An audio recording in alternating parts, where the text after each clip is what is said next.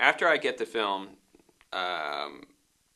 it's basically the director will say, hey, here you go, here's the film. Doesn't have music in it, but let's start figuring out where music should go. So that's actually kind of the first creative step is,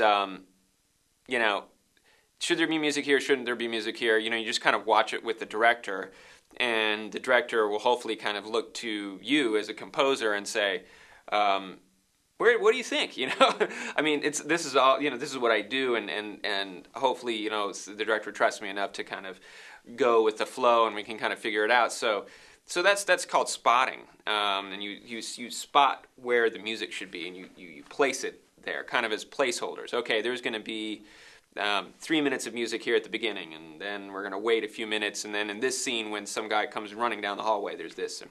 And typically, for me, it leads to the next step, which is the most important step for me, which is writing the themes. And film scoring is really heavily based on themes.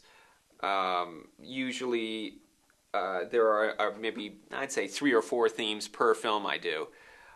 Sometimes it's a character, each character has a theme. That's not usually how I do it. I usually keep it a little bit more based on the storyline, what's happening in the story. A theme may come up for the romantic angle or the intense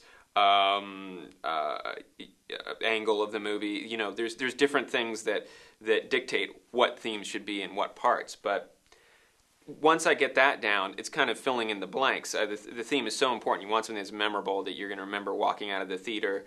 That also, even, let's say, I score a theme for the main character. And so this music is playing under the main character the first few times you see he or she. Then maybe there's another scene where that character is not in the scene, but you want to evoke that person's theme because there's some influence that person has over the scene. So then I start playing that theme even though that person's not on screen. So early on I have to establish something really memorable so when that happens, the crowd is subconsciously clued in to, oh, something's going on here with the main character even though I don't see them.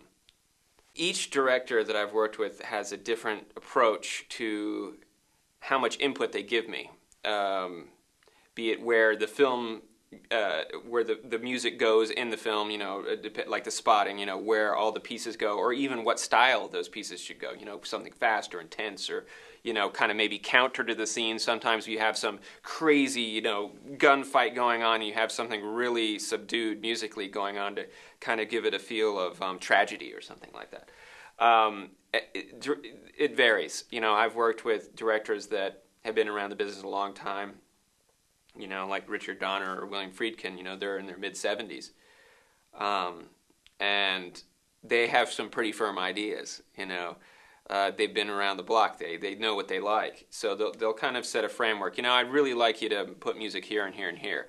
But I found that I've been maybe just fortunate that the movies I've scored, the directors trusted me enough to write the themes and just kind of go ahead and kind of give it my all, and then they may have a couple notes here and there, and give some. It's all interpretation. In fact, I've had times where, I see the movie completely different. I didn't realize that, the director was trying to say that such and such character actually was a good character, even though they did something bad. And so my music kind of demonizes them, and they say, "What are you trying to do? This character's really good inside." And so those are the every once in a while that happens. I just interpret the movie completely different. Even occasionally, there was a movie I did called The Hunted, and like you were saying that you get the film and it's on video at first, and it's not the full finished frame, perfect projected image, and sometimes information's missing. And I scored this scene, and I didn't see the way in the bottom right-hand corner. There's the main characters walking along like in this big forest, and I just thought it was like a pretty shot of the forest. And I didn't realize till I saw the film in the theater that I didn't hit this guy's theme or nod to him at all because I couldn't see him. So we went back, and after I noticed it, and said, okay, now I know someone's there. Too teeny for video, but so it's always a process.